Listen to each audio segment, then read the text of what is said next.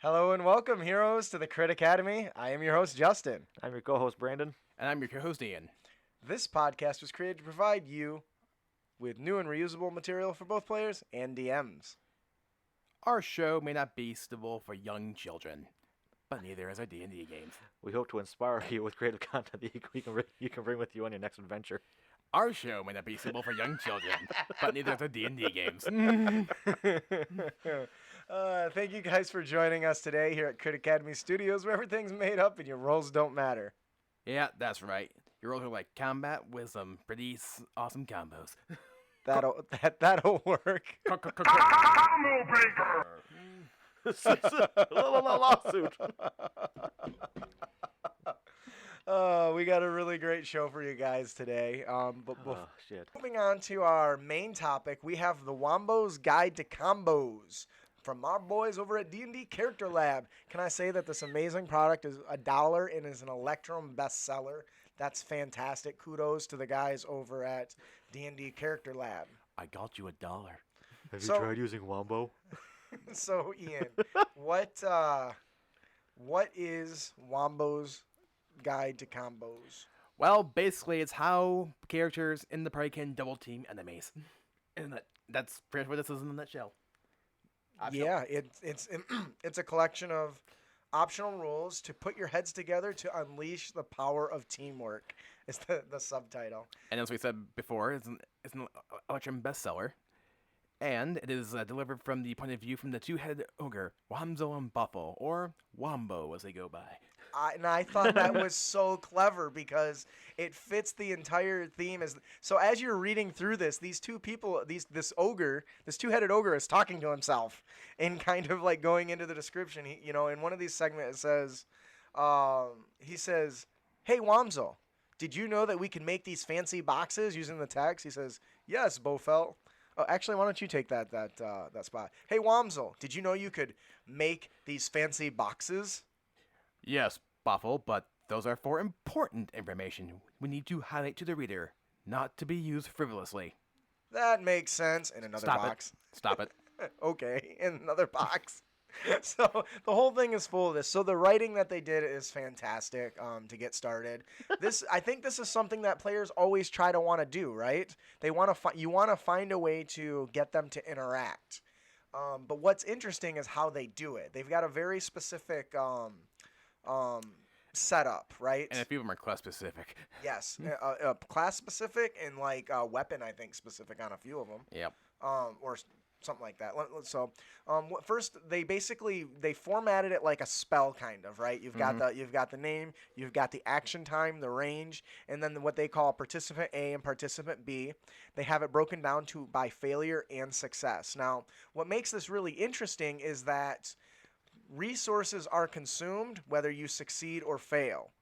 If you fail, because both people have to pass the checks that are required in order to succeed. But if you both, so that instantly increases your chance of failure, right? Yeah. Because it's not just one check you have to succeed at, you have to succeed at two.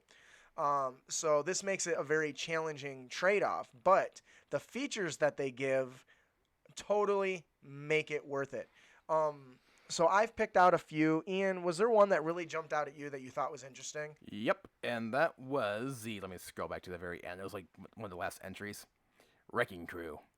Why don't you tell us a little bit about Wrecking Crew? It requires a Barbarian and another melee combatant. Bonus action, range of 10 feet. The Barbarian uses Reckless Attack and makes a DC 12 Charisma check with advantage. And participant B also makes a DC 12 Charisma check with advantage. If one or both fails, both participants must make their next attack roll with disadvantage, and attacks against them have advantage until next round. That's rough. However, if both of them succeed, both participants can make their next attack with advantage, and attacks against them do not have advantage. And on a hit, the next attack for each participant deals an additional 1d6 damage of the damage type. So this is a pretty straightforward, you're spreading your reckless feature to an ally, correct? Oh yeah. And up in the damage. This is really interesting. It's like the flavor text. The flavor text cracks me up on some of these. So basically what you're doing is you're by spreading this feature to an ally, you're also boosting overall damage. But the risk comes at you attacking with disadvantage and the enemy is getting advantage on you. So that's a huge penalty. Yeah. So this is really something that you have to use probably when you're at full health. Well, keep in mind too, though, that by default the reckless attack that the barbarian uses gives them advantage on their attacks, but all attacks against them has a disadvantage. So this is kind of expanding on this even more and ensuring the wealth. Yeah, and I think that that's fantastic. Now, there's like 25 of these things here. Yeah. There's quite a list. We're probably only going to go through like 4 or 5 of them. That one I think is really interesting. Brandon, was there anyone that really jumped out at you? Yes. I mean, I didn't look at this beforehand, but You don't say that. That makes you I seem so like unprofessional. We know you're unprofessional. It's not saying that I'm professional. I like to wing it, and why that no, is no, it's because because he doesn't like to research anything. No, shut up. I'm looking through it and I see dire familiar. Like dire familiar. What could that be? That's so odd. I'm looking at it and it's pretty much taking. Well, go ahead and read through it. Okay, yeah. The action time is 1 hour. And the range is touch. Participant A, cast Find Familiar and make a DC 12 Charisma check. Participant B has to do the same. Failure, loss of spell slot, and Find Familiar cannot be used again until participants finish a long rest. Which, that kind of sucks. That's actually a reoccurring theme is if a spell slot's involved, you lose it on a fail. Yeah. Even though the spell basically is something you can't generally fail at. Yeah. But, Brandon, what is the payoff? Ian, shut up. The payoff is... Tate says, we already know Brandon don't look at things beforehand. And he's like, oh, sadly true sometimes. We still love him. Yeah, I love you guys too. Anyways, usually when you go to Find Familiar, you don't get a big badass. No. It's like this little thing that can help you. Oh, go get that for me. Okay. But in this, during a success, the familiar can be summoned as any beast up to challenge rating 2. All other aspects of familiar remain the same and can be used by either participant after a successful DC 10 check using spellcasting modifier. Hey, I got me a brown bear. Yeah, now a CR2, that's huge. I mean, that's brown bear, that's giant elk. That is some powerful-ass creatures. The flavor text says, it may not seem worth the risk, but imagine the barbarian's envy when you have a pet rhino. Yeah, the barbarian's envy. I get that. That's very funny. But He has a huge horn. Get it? Yeah. Huge horn. Haha. No? Okay. I named him Ace Ventura. Oh, God. I mean, what are standard familiars that you can bring up? Like mean, 1/4?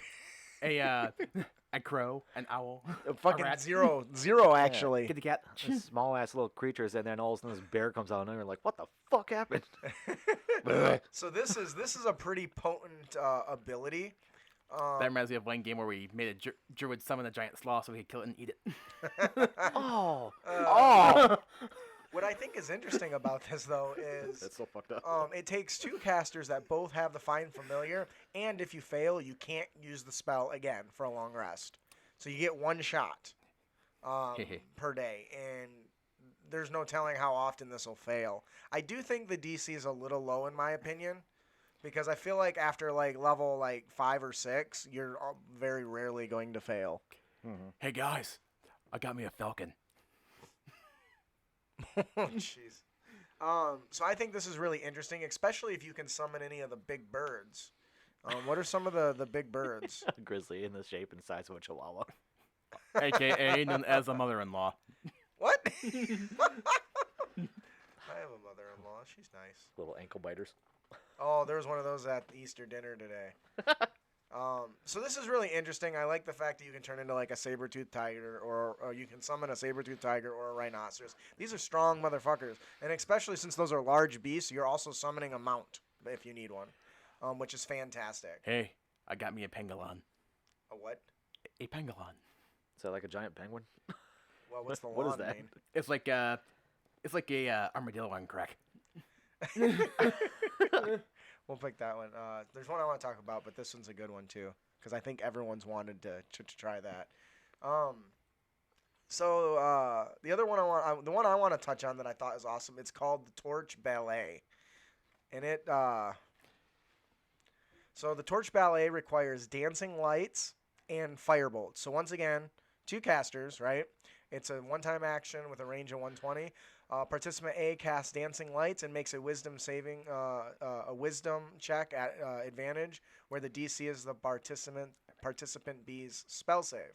So participant B casts firebolt and does a wisdom check with advantage, where the DC is the participant A's spell save. On a failure, both spells have no effect, and each person expends a spell slot. That's terrible if you consider that those are both cantrips. Yeah.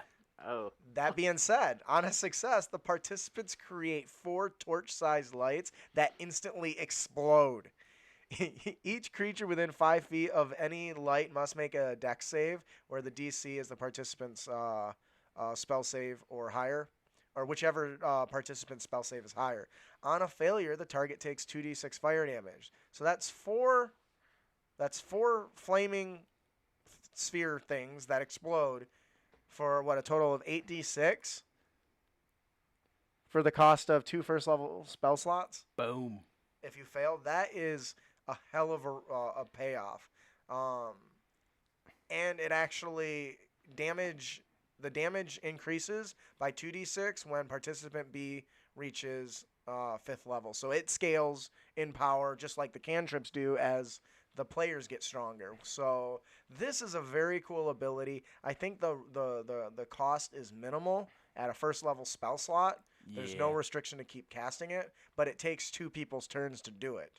So I think it really kind of averages out in damage, and I just love the idea, The flavor text is, the illumination may be fleeting, but the memory of Cobalt screams will last forever. Support small business. That's funny. In stature, I mean. The tiny folk need gold too. There's even a publishing company run by kobolds. They try so hard. It's adorable. Kobold Press. Oh my god. You guys are... Kobold Press? Wait. Oh my god, I didn't get that.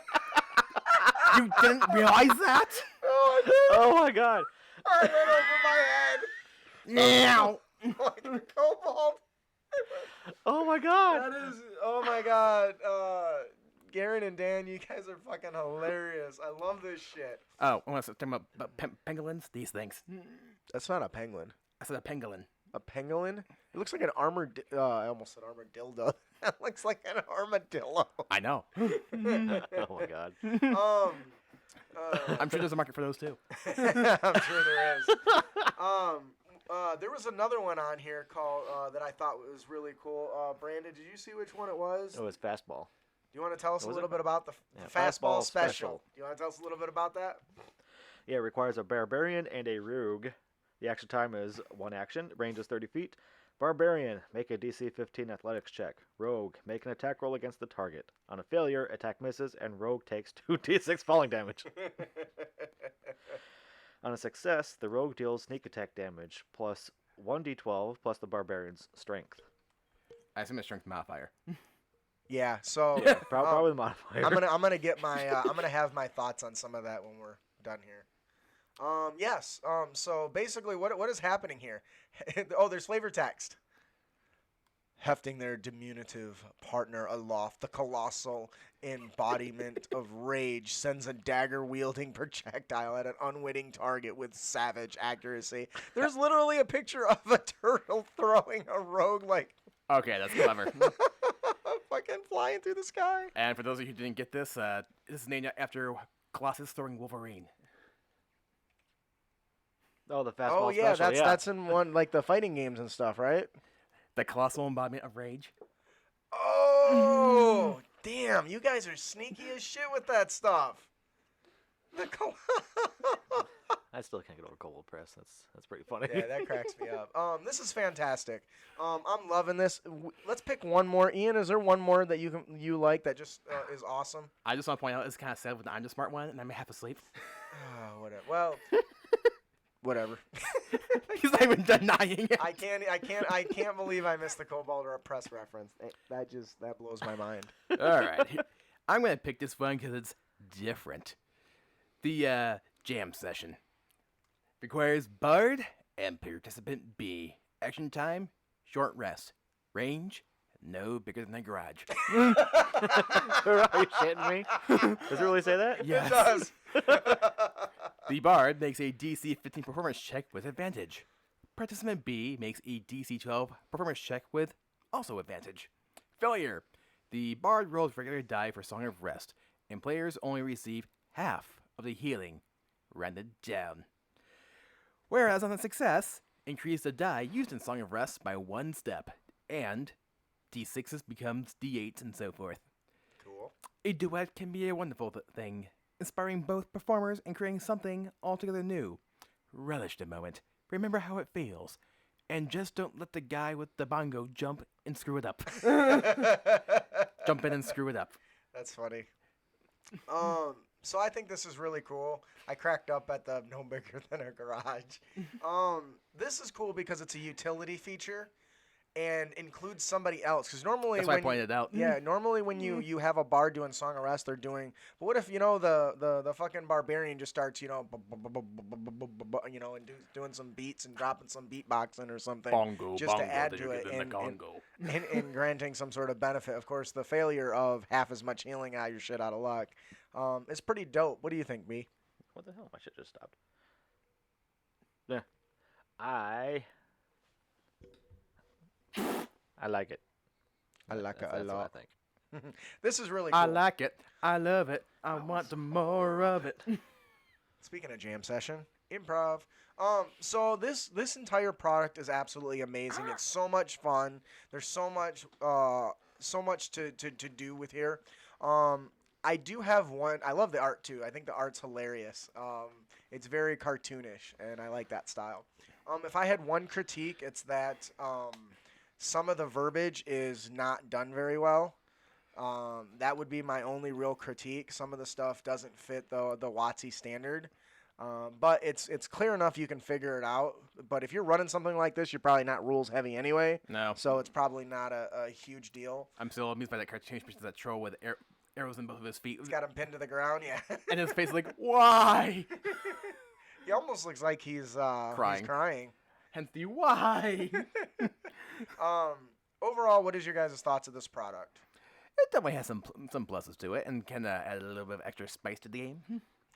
Absolutely, and I think really that's the goal, right? This is definitely something meant to be something that's fun and to kind of just play with a little bit in your games. Kind of like oregano. What did I say, B? I like the idea of having team-based spells. 'Cause Yeah. everyone's always using their own thing, but when you have something like high-low, like that, that's a team spell. It's just such a neat idea to have. Yeah, nobody knows what you're talking about because you didn't read the rest of it, but that's okay. It- It's a it- combination It's a team effect. spell. It's a combination effect. Yeah. Okay, you punch him in the face, I punch him in the dick.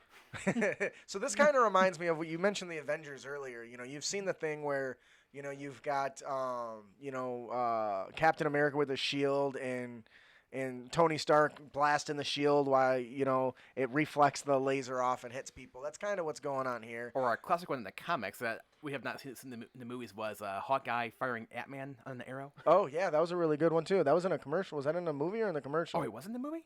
Was it? It's been a while. Anyway, I thought it was. I thought it. I could be mistaken. I know it actually was an actual combo in the Marvel vs. Capcom games. I think it's in one of the movies too, or it's in a commercial.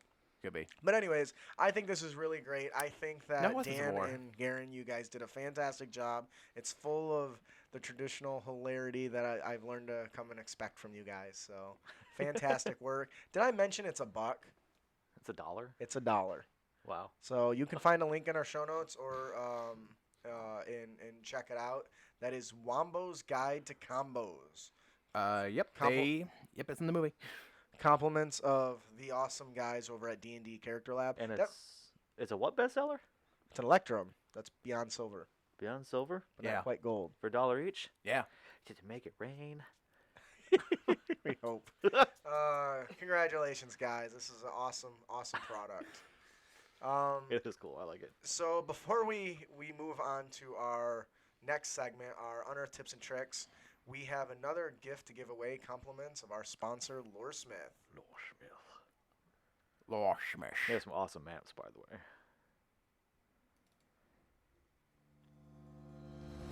Each episode, we will draw another lucky subscriber's name, and they will win the best-selling adventure, The Claws of Madness, Compliments of Loresmith. Loresmith is a small indie team of creative artists who remember exploring the realms together with friends, finding incredible places, and meeting colorful characters along the way. They set out to deliver an experience that sparks those lasting impressions that pushed them to create their first standalone adventure, The Claws of Madness. This best-selling adventure is one that you don't want to miss. Funk. Look at that scene behind the scenes at the Crit Academy while we're live streaming. Hey 'Cause guys, I'm a unprofessional. way to waste our time. And their winner today is Spamiger. I think it's Spam Major. Major spam, maybe. If it was a J, I'd agree with you. It's a G. Shit. No, as in mage. Mage. He's a mage. He's spamming. He's a spam major. Oh, that's funny. I don't know. Congratulations, that's classic WoW. One button. Frostbolt, frostbolt, frostbolt, frostbolt. What are you casting him? I cast Eldritch Blast. Congratulations, Major. Is it Major Spammer?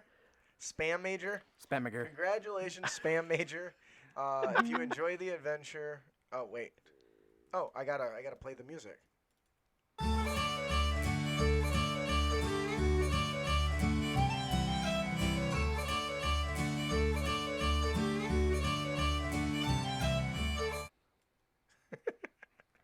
I know that's on my desktop. I don't know why I haven't put the file in yet. Congratulations, Spam Major. If you enjoyed the adventure, please let Loresmith know and leave him a review. Tater, I worked for a major Hummer. Hey, I had one of those last night.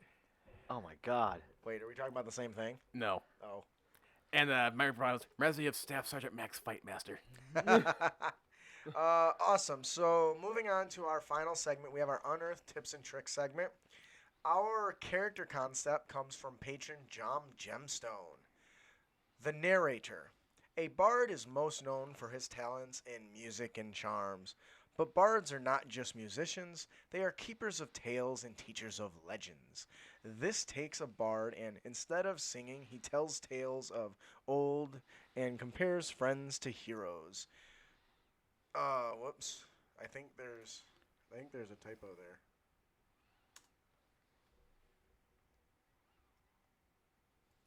I think there's some information probably missing. Yeah, I see information missing. Anyways, so we actually, so you're basically, there should be more here. I done fucked up. You done goofed. So, okay, so this takes a bard and instead of singing, he tells tales of old and compares his, talks about his, actually, Ian, you had a really good touch on this, earlier. Well, I was kind of pitching for next week, but yeah. Well, let's fill it in here because there ain't shit here. Okay. There's a PC game called Bastion, and the way the story unfolds is the narrator goes along and explains what's happening as it's happening. Right. It's usually mundane stuff. The hero wakes up in his bed. You just wake up with the bard standing over top of you, narrating you. And he stares at his companion with a very surprised and what the crap look on his face. This is interesting to me because I can see that if you're a very busy DM and you have a big group, if you could convince another DM to run this and narrate the stuff while you're like taking notes and managing monsters, you could actually have a second set of narrative description based on this character. The ranger takes aim off at the couple at the distance. With determination, he pulls back his string and looses the arrow. But alas, it falls short. And the ranger turns and says, "It's because you keep talking to my ear." And the kobold points back and goes, I think I figured out what happens here. It says this bard, this takes a bard instead of singing tales of old. He compares friends and heroes' spells, and can describe, in detail what happens. And if unsuccessful, describe as epic rouses to provide. I don't know what the fuck happened here. I was trying to feed off that. Anyways, I think that's a great idea. I think that especially if you got a big group or you've got a DM that's not great at narrating, but you got a player that's great at narrating, and you can have them run a character concept like this and actually help the game along while you're doing other things. And I think that's fantastic. The feat you're about to try reminds me of the might of Morg the Mighty. He did it way better. So yeah, I don't know what happened to this. If I missed something when I was copying it over, but the narrator idea I think is fantastic. I think it could be a lot of fun. I do recommend giving it a shot, especially if you're an inexperienced DM who's got a DM as a player. I think that would be a great opportunity to run that and get the most out of it. He takes the bread and he breaks the bread. And he says, "This is my bread. I'm going to break your bones if you take it." It's Easter, so I had to make a reference. "This is my body broken for you, but actually your body will be broken if you take it from me." "This wine, it will be the blood of your guts if you touch my shit." Oh my gosh. Anyways, that'll do it for our character concept, the narrator. There's going to be a lot of fucking cropping going on in this episode. Take this wine out. This is my blood. Do not ask for more because I don't have any more. I won't be able to stand up. The adventurer strays through town. Who are you? He stares around quizzically at his surroundings and those around him. Why are you following me? Oh, that's funny. That'll do it for our character concept, the narrator. Thank you, Jom. Sorry if I fucked it up because I didn't copy everything. Our monster variant today is the Young Phoenix. Now, I couldn't find a phoenix in the book. What? I could not find a phoenix in either book, Like, in Volo's or in Monster Manual. or Mordenkainen's? I don't have that one, so I don't know. Yes, I do have that one. that's I want. I didn't look through that one. I'm sure a phoenix would be considered some kind of a monster. Anyways, I made a young phoenix, but I need to know if he's weak or strong. Huh, there actually is a young phoenix. Is there? Apparently. Which book? All those in D&D wiki, so who bloody knows? That's unreliable. Exactly. Anyways, so our monster variant is the Young Phoenix. The origin is the rock, flame form. The phoenix can move through a space as narrow as 1 inch wide without squeezing. A creature that touches the phoenix or hits it with a melee attack while within 5 feet takes 2d8 Oh, it actually is a Mordenkainen's. fire damage. Is it called the Young Phoenix? What level is it? Well, it's I'm checking. I'm checking. Check faster. Isn't it annoying when you create a creature that already exists? Well, I looked through the books that I had, and I didn't have my Mordenkainen's with me. It's just an overview saying, it's in the book. Anyways, is it called the Phoenix? It's just called Phoenix. Okay, well, I'm going with the Young Phoenix, and I hope that means it's higher than a CR 11. Okay. Shit. Yeah, it takes, if it's within 5 feet or attacks it takes 2d8 fire damage. In addition, the Phoenix can enter a hostile creature's space and stop there. I do see 2 step by for the adult Phoenix and young Phoenix. Fuck! I'm double checking the actual book and making sure it's not homebrew. You gonna go get the book? It's right there in that pile, right? No. Dang it! It's in my truck. Don't worry about it. It's fine. We'll call it the Crit Academy Phoenix. Actually, this is a Phoenix for people who don't have Mordenkainen's then. How's that? Anyways, goddammit. The first time a creature enters the space, that turn, it takes 2d8 fire damage. Let's say you had Mordenkainen's. I do. It's in my truck. I just told you. No, I'm in PDF form. No, it's on D&D Beyond.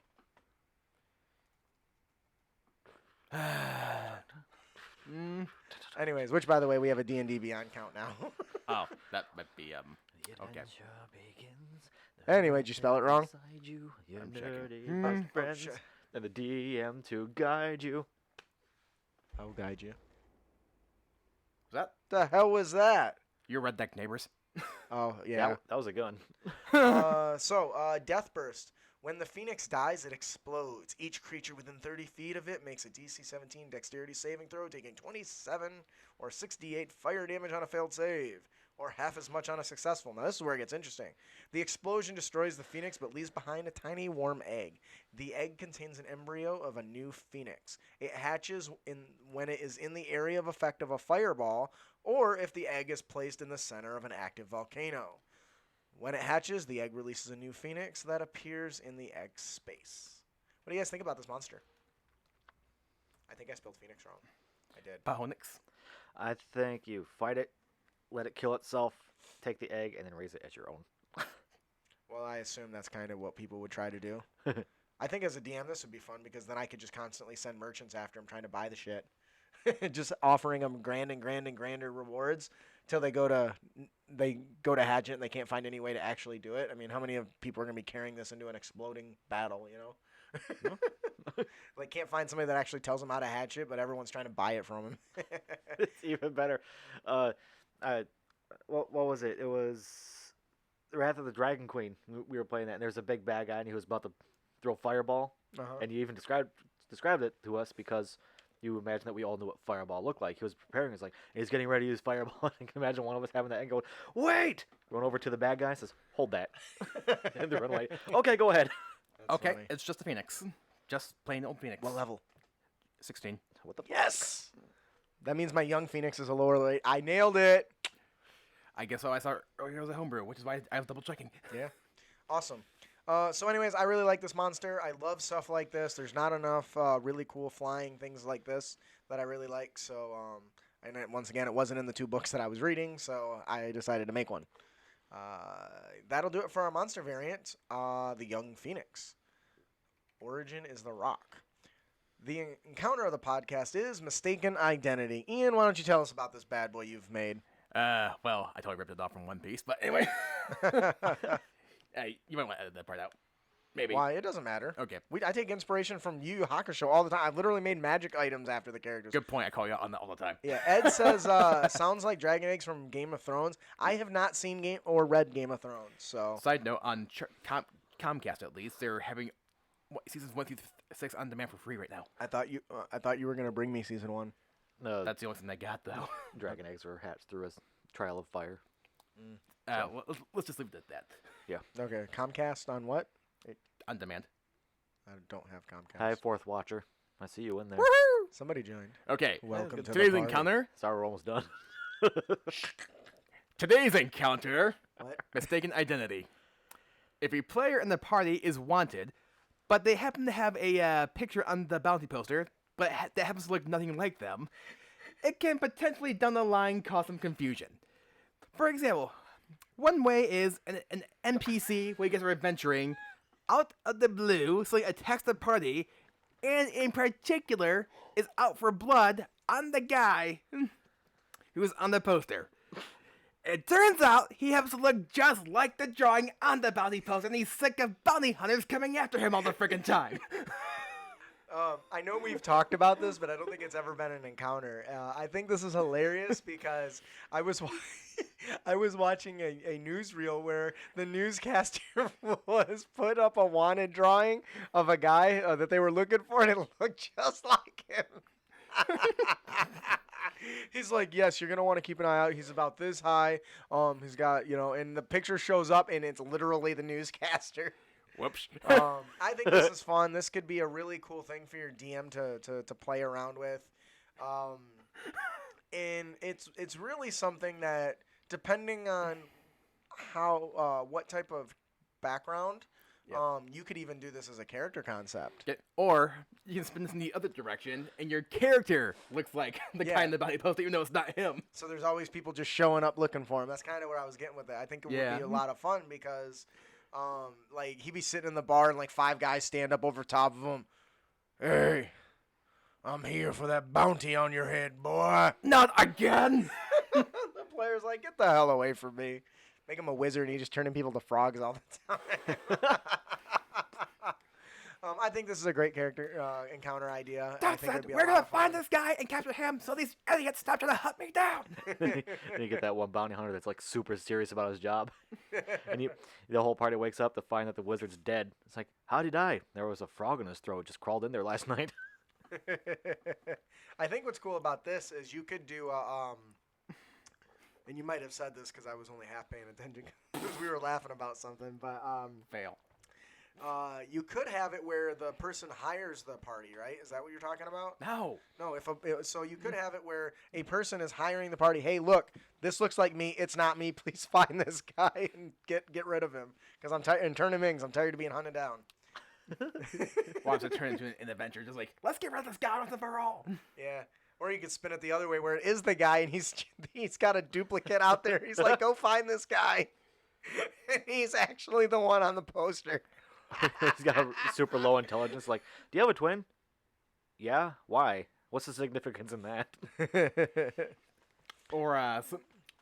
Or some deck use Ultra Silver and change into your form. It framed you. I love it.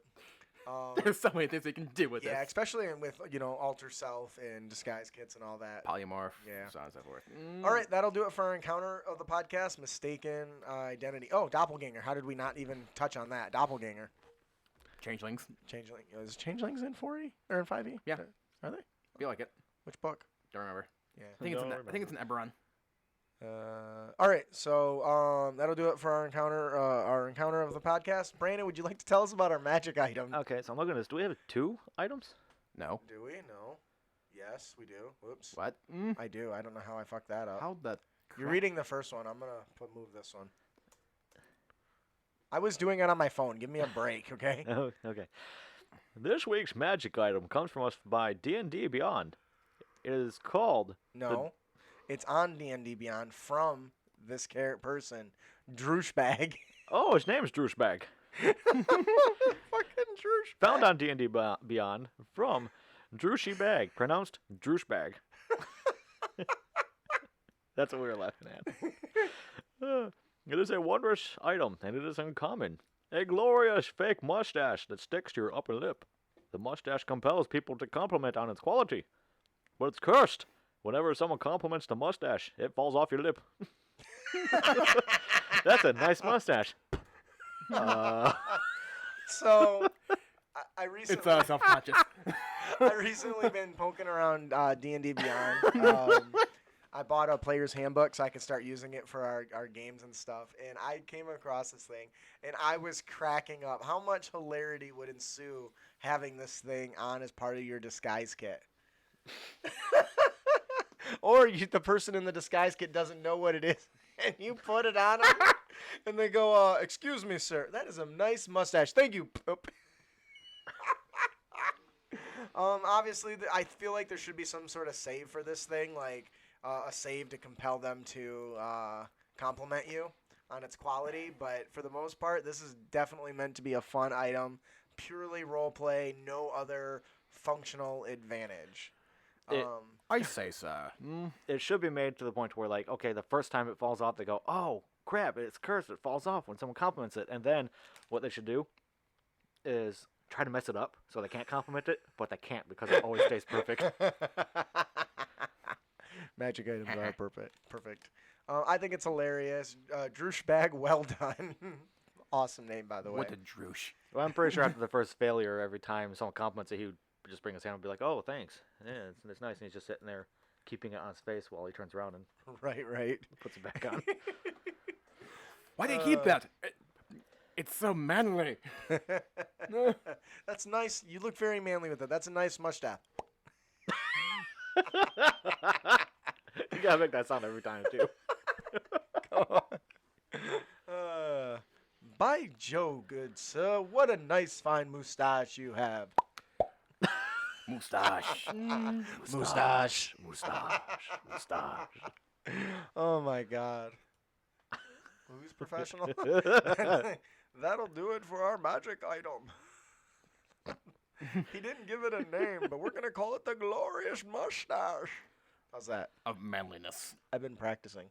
It's getting there. Is it? Well, when you're gone, which has, can I just say, I appreciate that you've been making it as regularly as you have. Okay. There was a long time where it was like throwing darts at a dartboard, whether you're going to show up or not. Oh, it's like, oh, it's 6:30. I'll be expecting Brandon's text any minute now that he's not coming. Yeah, that's been bad. But I'm Speaking of which, I'm glad that you've been coming a lot. Uh-oh. You can't be here next week. I can't be here next week. I will be in pretty rough shape next week. That's funny. Well, we have That's live 'cause- guests, so. Fuck me. And I over. want to be here for that. No, Jesse's got to go to a baby shower, but it's like a 2.5 hour drive one way, Oh. and kids Yeah, so you're And- going to stay home and be a daddy? probably. How I dare you be could bring responsible? Could bring him here, but there's no way. Well, I can No. ask Alicia if I she'll mean- watch him for a couple hours. I mean, that'd be nice, but I mean, during a game, yeah, that's sure, that's fine. They're Yeah. not Well, too I bad. know I can give the 3DS, but this is not off. This is off topic. Yeah. We'll discuss this afterwards. That'll do it for our magic item. Oh, yeah. Our Dungeon Master tip is spell slot tokens. So this weekend I ran a game for entirely new players. Family members had a bachelor party, and he wanted to play D&D. So we introduced his brother and his friends into D&D. Oh, that's what the setup is for. And that's why there's stuff out as if I played a game, because I did. Reminds me of the IT crowd. And they had never played D&D, and one of them was a spellcaster, and he was having some difficulty understanding the spell slot system. So many of us know as DMs it can be difficult for some players to understand the consumable concept of spell slots and how it works, especially newer players. You have a gun, you have bullets, but you can't reload till tomorrow. Yeah, it's been the same. I know where they're coming from because I'm terrible when it comes to spell slots and Yep. spellcasters. But And you have it's to not- admit, that's not a bad description of this game No, either. it's not, and it's actually very easy, but especially older or newer players in older games, you had to only use certain slots. But a great way to help them really track their slots is to use poker chips. Poker chips come in all different colors, so you can use different colors to represent each level, or you can grab a Sharpie and write right on them the spell slot number, and when they use one, they chuck it away. Or note cards. Note cards are okay. I was trying to be cooler than note cards. I'm just saying it's an option. I mean, Or Skittles. taste the rainbow. Every time you cast a spell, you eat one. You eat one. I love that. It's like, I can't cast spells, guys. Why? I ate all my Skittles. It's a big fucking mosquito. Well, shut that door for me, would you? Get out of here. Shut that door. It's been open, and it wasn't supposed to be open that long. I think this is a relatively simple idea, but I think it's a lot of fun. Hey, Brandon, you should totally make us some custom spell slot tokens.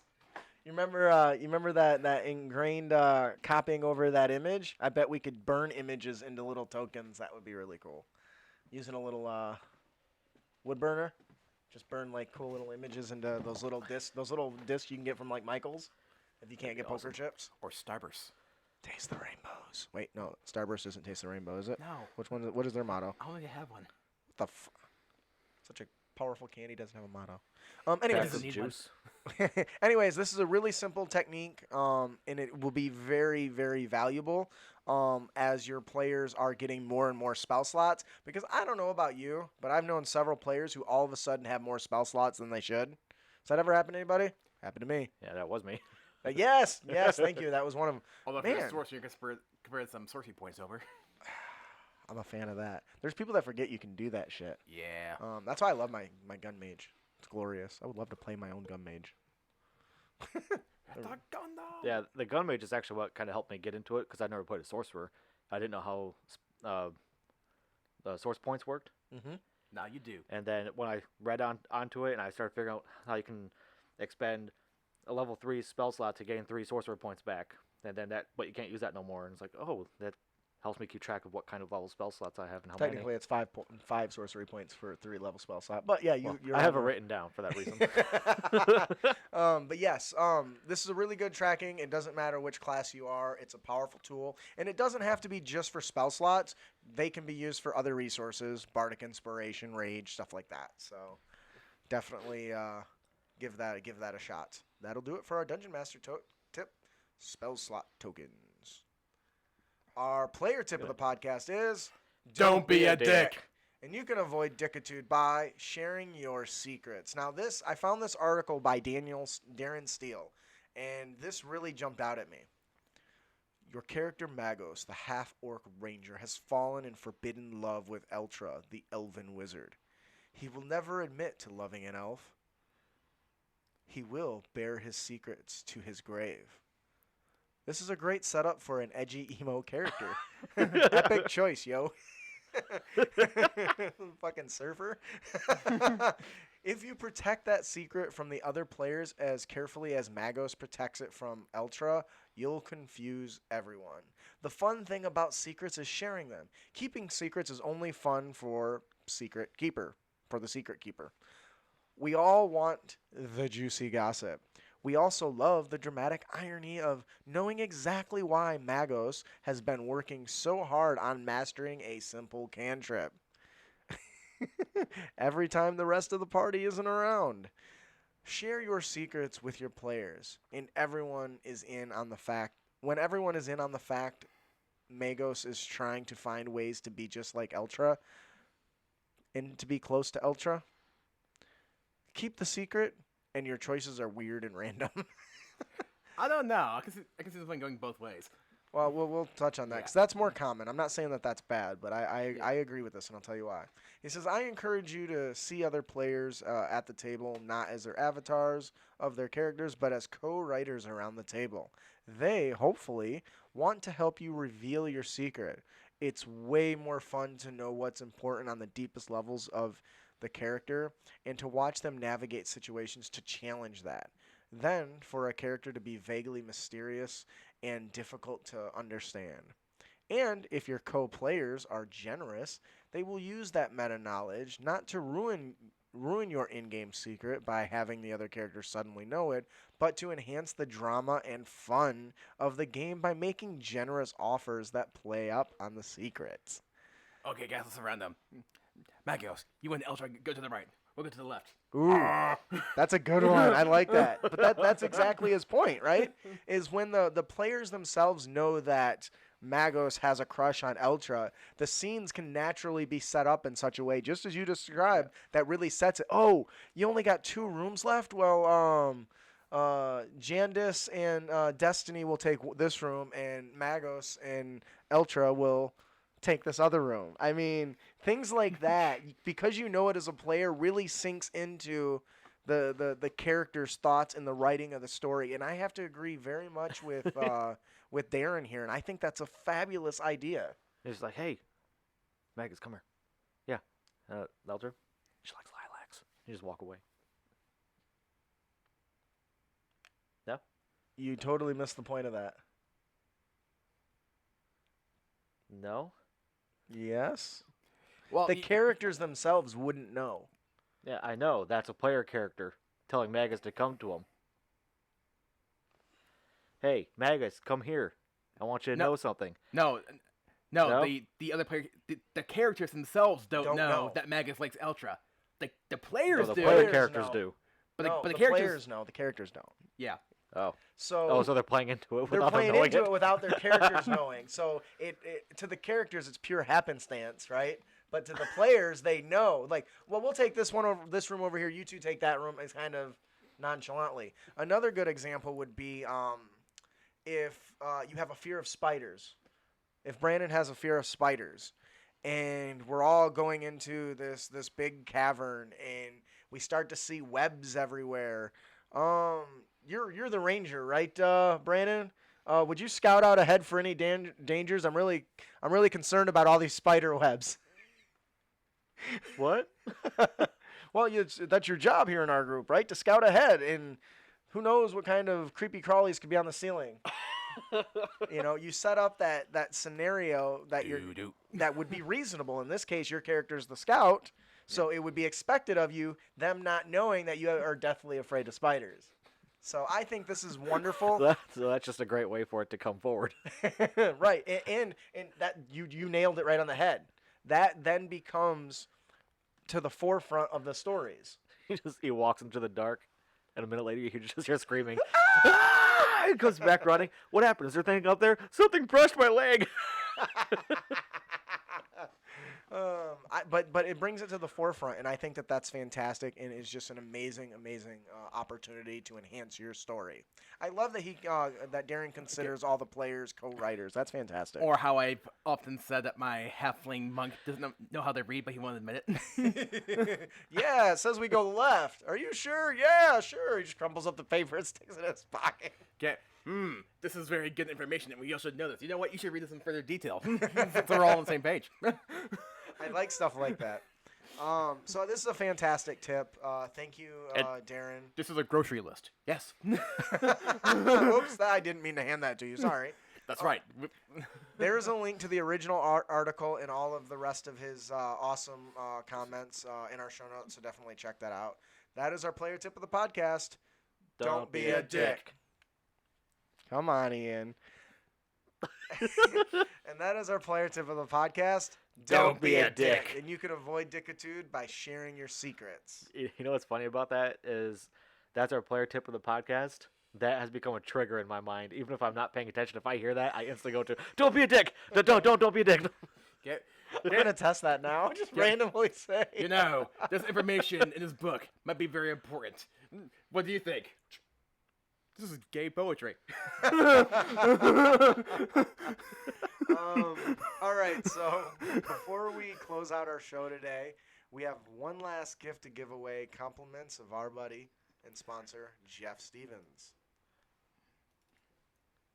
I lost it.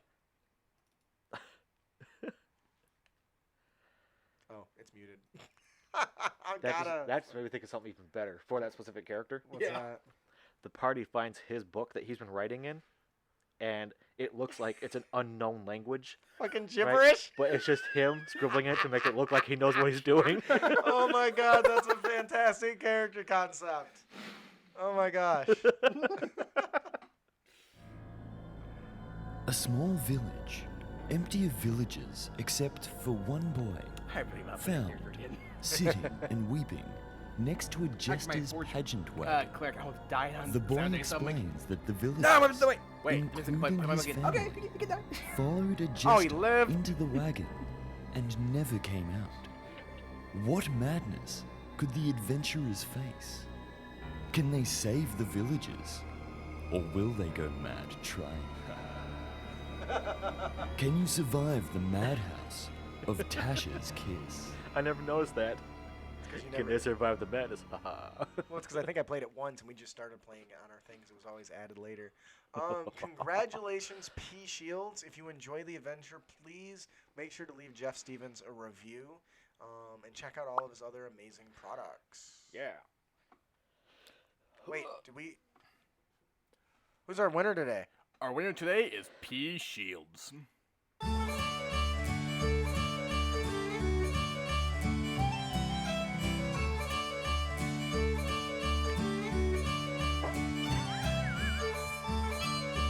I'm sorry. Wow. God damn it. Brendan just violated the Geneva Convention. Fucking tear gas. Congratulations, P. Shields. If you enjoyed the adventure, please make sure to leave Jeff Stevens a review. Oh, damn. Oh, Jesus. Like I said, chemical warfare. I'm so sorry. Good thing Christ already risen, because if that shit was in the air, he certainly wouldn't have got up.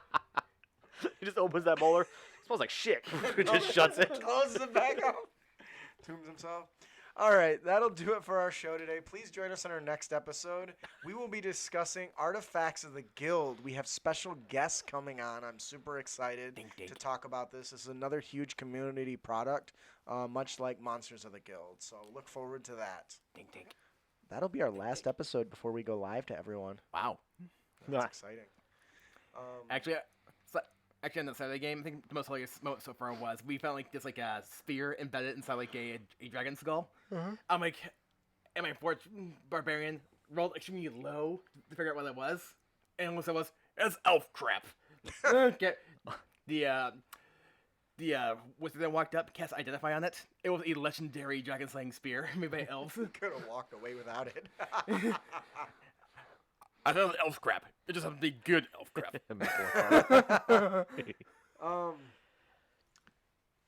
Brandon, you want to take that?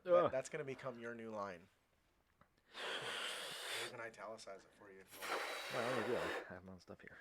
If you have any feedback on our tips and tricks or topics you would like us to discuss, please send them to us. You can email them to us at critacademy@gmail.com or find us on Twitter and Facebook at Crit Academy. We hope you've enjoyed your experience here at Crit Academy. If you did, you can help others find the show by leaving a, hopefully, 5-star review on iTunes or your platform of choice. Or just send us a message telling us how much you enjoy the show. We Also- like those. Yeah, also be sure to give us a like and a share. If you want to support the show, there is a plethora of ways to do it. You can become a Patreon supporter. We have added a plethora of new content. Every person that if you become a gold tier member, you automatically get a free copy of our Unearth Tips and Tricks book. And while you're a member, you also get access to any new content, including our recent release. So definitely check that out. As of this recording, it is the Path of the Brawler. So definitely check that out. You can buy products through our Twitch and Streamlabs links. Go over to critacademy.com or go to twitch.tv/critacademy, and there's a store there. You can go to critacademy.com and click on the shopping and check out all the new shirts and shit and all the really cool dope-ass fat loots we got there. Even buying the books right through our Amazon affiliates links really sends us a few bucks, so do that. Brandon takes art commissions. You can find the prices and stuff on our Facebook page. Yeah. And, of course, make sure you subscribe to our show at critacademy.com so we can help you on your future adventures. You'll also be entered to win cool prizes there each and every week. Following us on Twitter, or following us on Twitch and YouTube, Following us on Twitch and subscribing on YouTube also will get you entered in the running to win products. So definitely do that. It's significant. Each one is considered an individual entry. So if you enter all three, you will get 3 times the chance to win. So definitely do that. Got it, Pokey. Huh? You got it? Yep. Are you sure? Yep. Whatever. Also, on our website, you will find links to our fellowship members. We have a really great community of content creators, D&D Character Lab. They made this amazing Wombo's Guide to Combos for you to check out. Their podcast every single week. They create their babies and argue their characters' validity against each other and against a predefined set of criteria that just cracks you up like Burninator. Our buddies over at the Interparty Conflict, Gabe and Jeff, do an awesome job answering your questions. We will be a guest on one of their shows soon. I'm not sure when it'll release by this product, but or by when this episode goes live. But definitely check that out. That recording will be this Tuesday. What time? I don't know, 7. But So I'll be here though, like right? 6:30, huh? But here. Yeah, you'll be here. Yeah. Yeah, we're not driving anywhere. I am your host, Justin. I'm your co-host, Brandon. I'm your co-host, Ian. Thanks for listening. Keep your blades sharp and spells prepared, heroes. Wombo, wombo, Nick wombo, Warthog. So that'll do it for our show. I do have to ask, Mr. Tate, are you excited for our show to go live and have more people to talk with? I hope he is. He's going to be like, fuck no, I ain't got time for that shit. You mean you gotta talk with special. other people? Yeah.